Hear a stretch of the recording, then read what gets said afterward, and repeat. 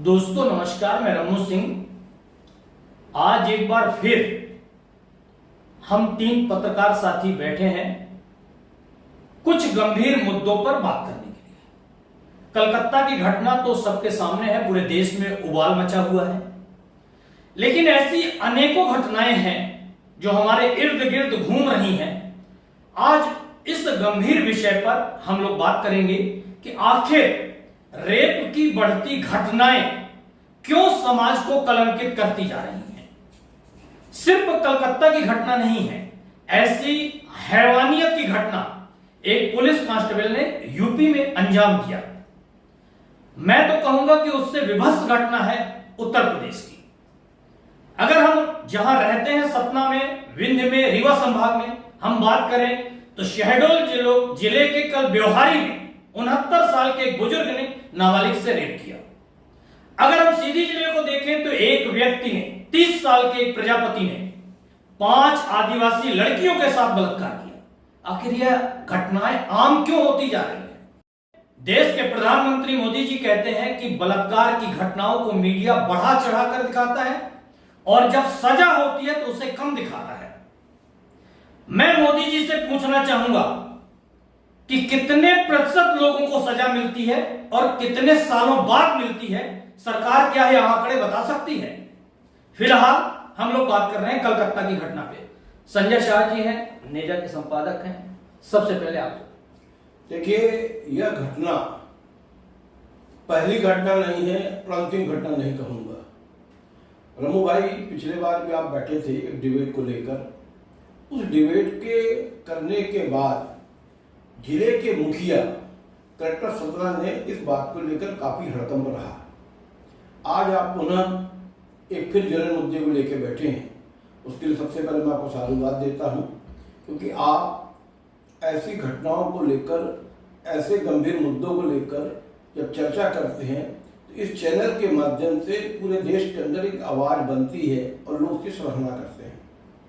आपने जो बड़ी बात कही, कलकत्ता, मेरा ये कहना है कलकत्ता में घटना घटी, बहुत ही निंदनीय घटना थी, इसमें कहीं दो राय नहीं। मगर जिस तरह सुप्रीम कोर्ट के आदेश हो जाने के बावजूद उसके बाद शहर में प्रदर्शन, झंडा, मोमबत्ती, ये कहाँ का कल्चर है? क्या आज को मरीज जो मर रहा है, क्या डॉक्टर जवाबदारी नहीं? उनको हम देखें, आज 17 के अंदर हम लोग रह रहे हैं, अस्पताल जाके देखिए कई मरीज भटक रहे हैं, मगर डॉक्टरों को नेतागिरी करने का भूत सवार हो चुका है। कलकत्ता की घटना में आरोपी गिरफ्तार हो चुका है, सीबीआई इसकी जांच कर रही है। देश में हजारों ऐसी घटनाएं हैं जिसके आरोपी पकड़े ही नहीं गए, बाहर घूम रहे हैं। हजारों की तादाद में ऐसे लोग हैं जिनको पेरोल पे और जमानत पे छोड़ दिया गया है, वह बाहर घूम रहे हैं। इन विषय पे आप क्या कहेंगे शिवाकांत भाई? देखिए, घटना बहुत ही शर्मसार घटना है, कलकत्ता की जो घटना है। इसके अलावा बहुत से ऐसे मामले हैं जिसमें सरकारें जो है दोहरा रवैया अपना रही हैं।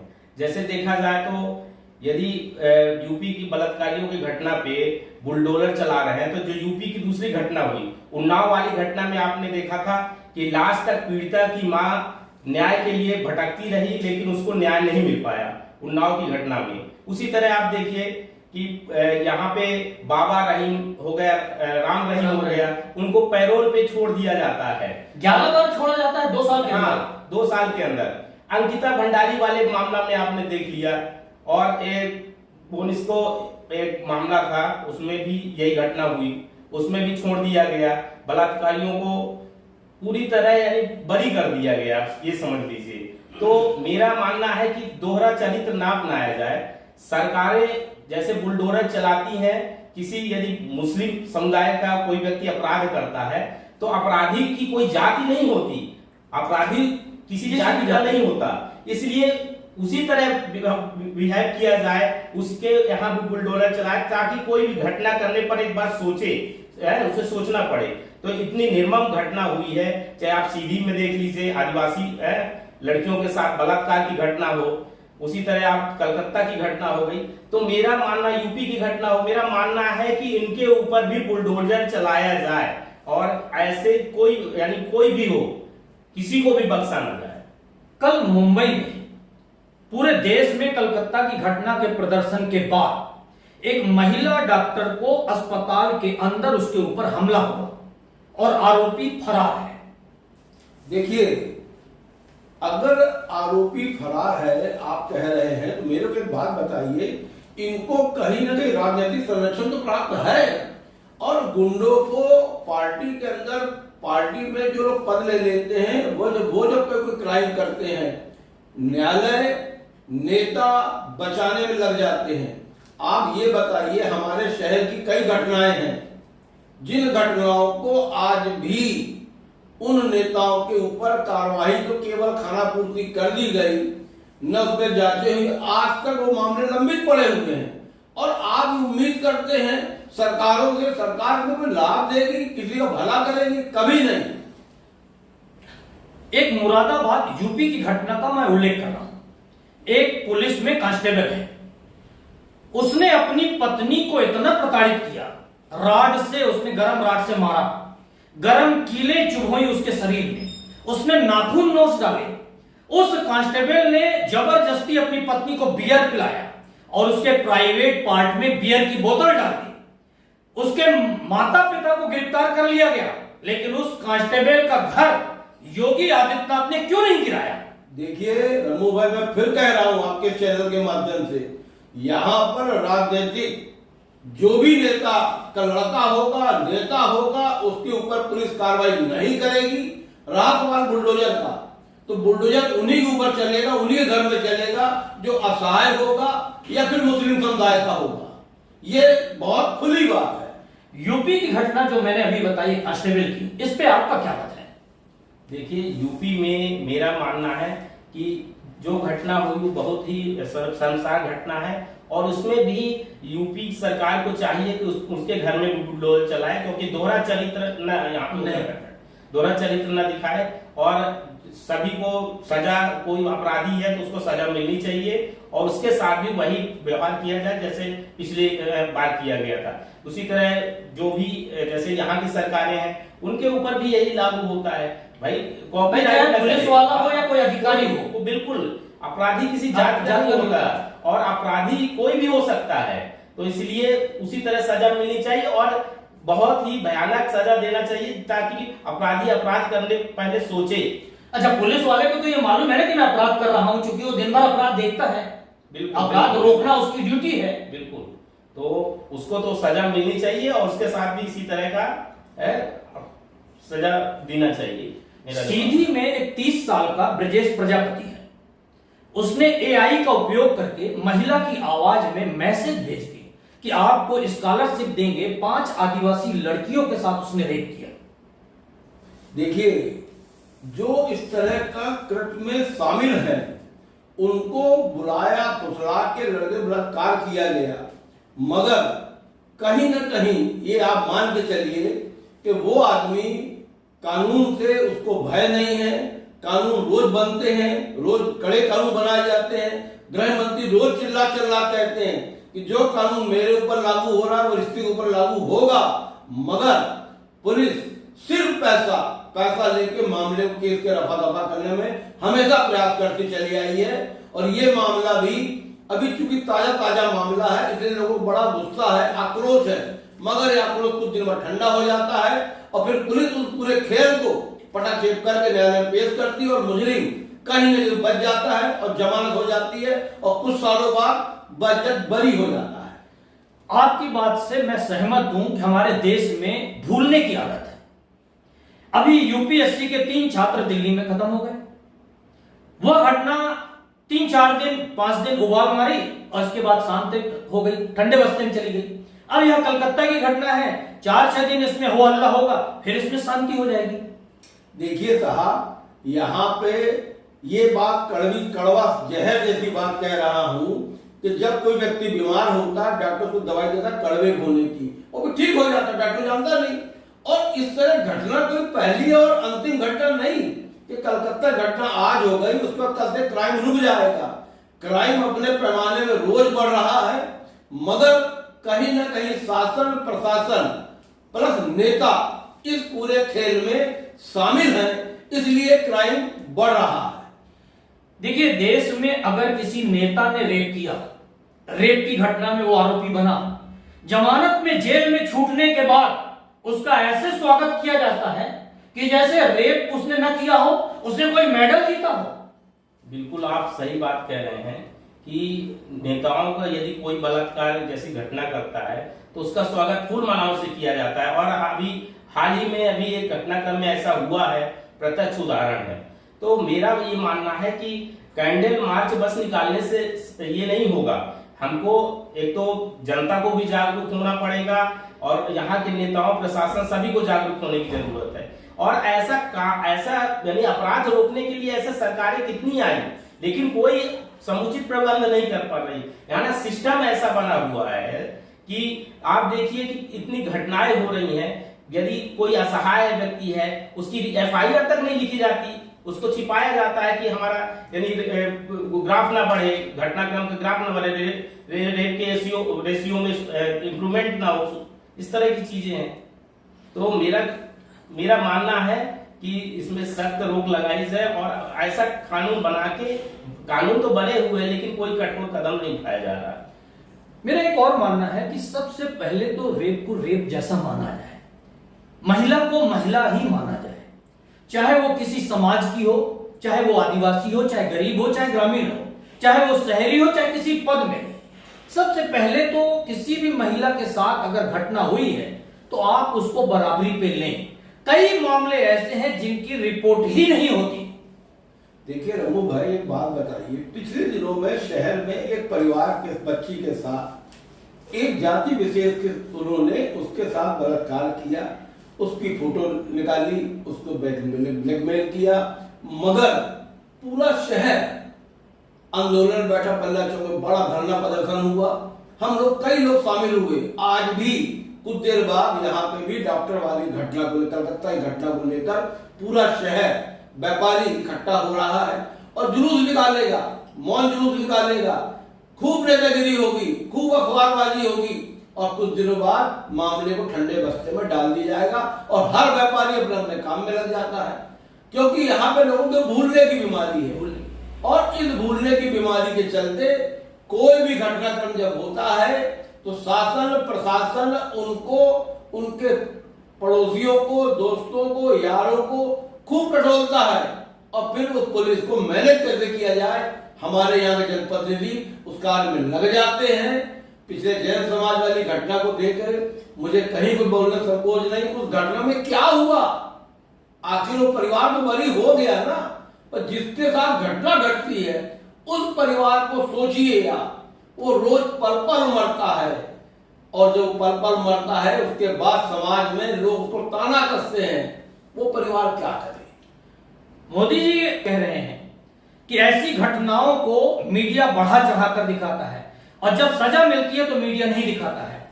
मैं बार बार यह सवाल करता हूं कि कितने लोगों को सजा मिलती है और कब सजा मिल पाती है, क्या सरकार यह बताएगी? देखिए, यहां पर अगर मीडिया किसी खबर को कवरेज नहीं करता तो भी आरोप रखते हैं। इस पे एक लाइन कही किसी शायर ने, कुछ तो लोग कहेंगे। और रहा सवाल देश के प्रधानमंत्री का, अगर वो कह रहे हैं कि मीडिया बढ़ा चढ़ाकर दिखा रहा है तो ये देश के प्रधानमंत्री ये भी बताना चाहिए कि पूरे देश में हम और आप अखबार जगत के जुड़े हुए लोग हैं, मीडिया में काम करने वाले लोग हैं।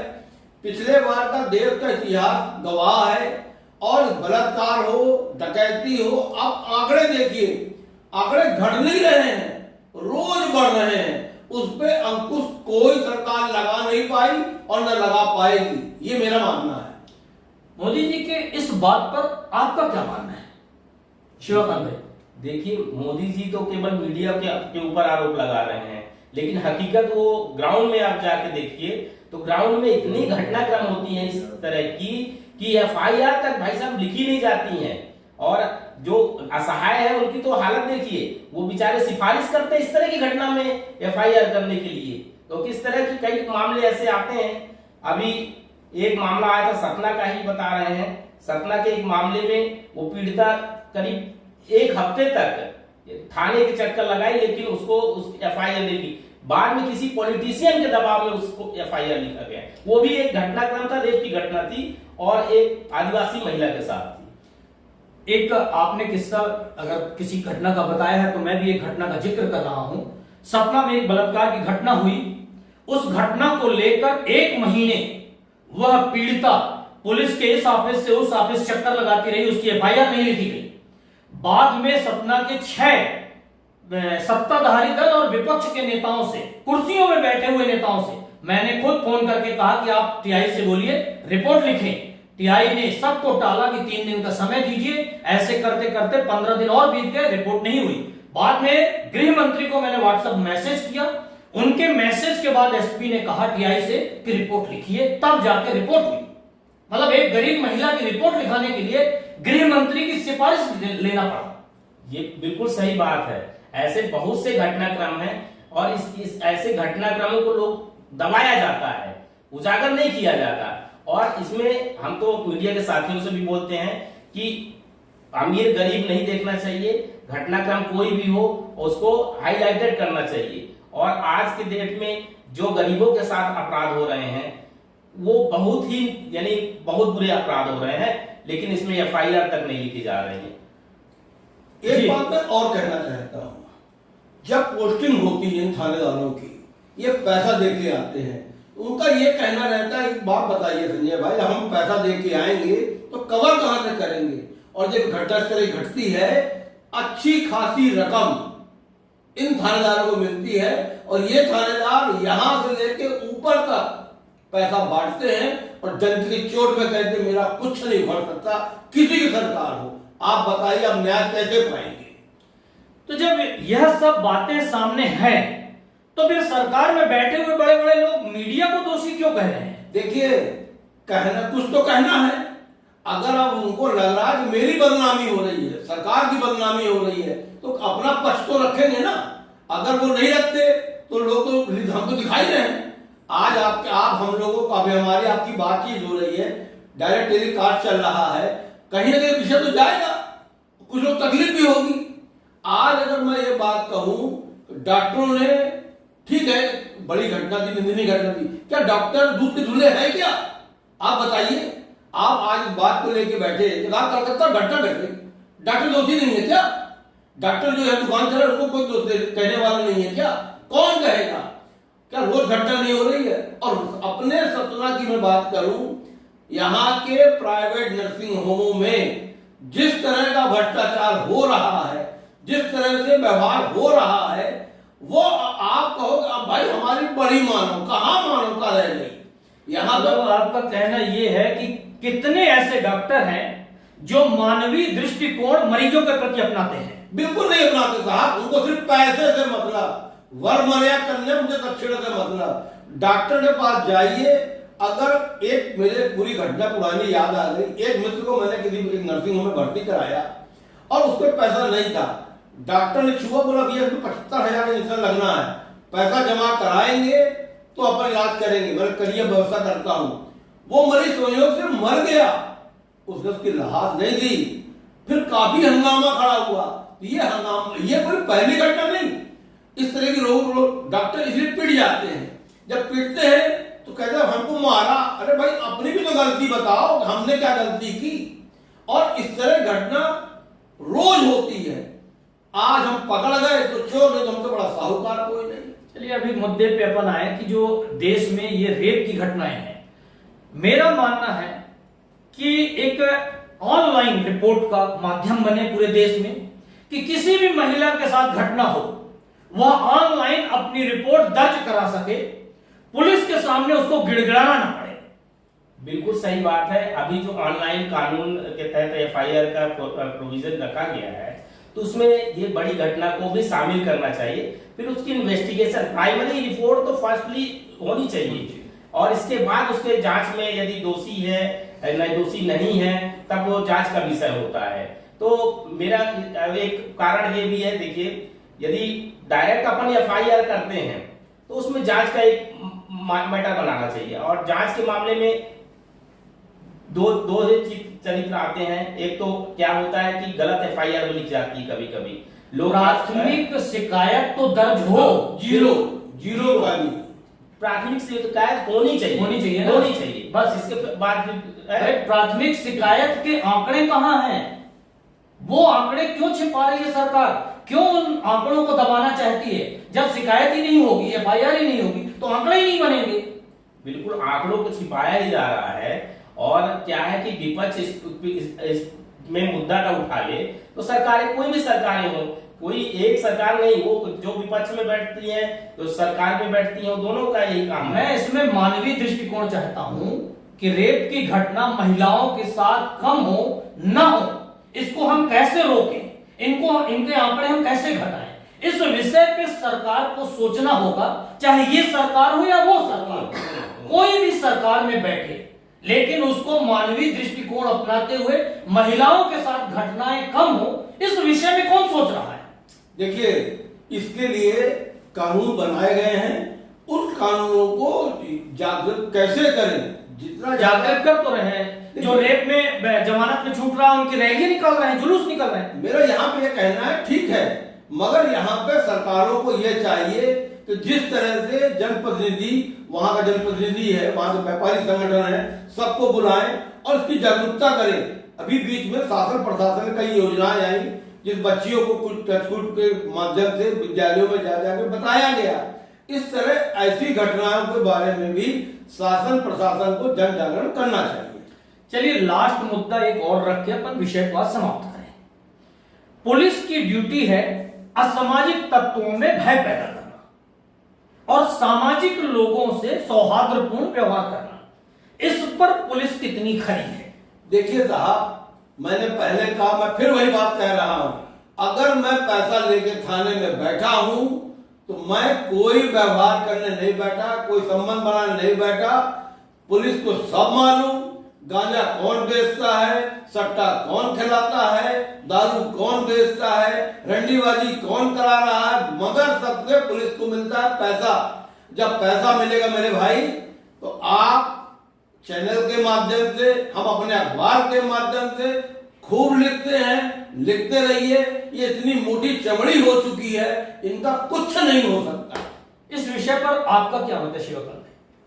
देखिए, पुलिस जब थाने में बैठती है तो अपने रुतबे में होती है, किसी भी थाने में जाए, और जब बाहर जाती तो मानवता दिखाती है, सौहार्द, बिल्कुल प्रेम दिखाती है।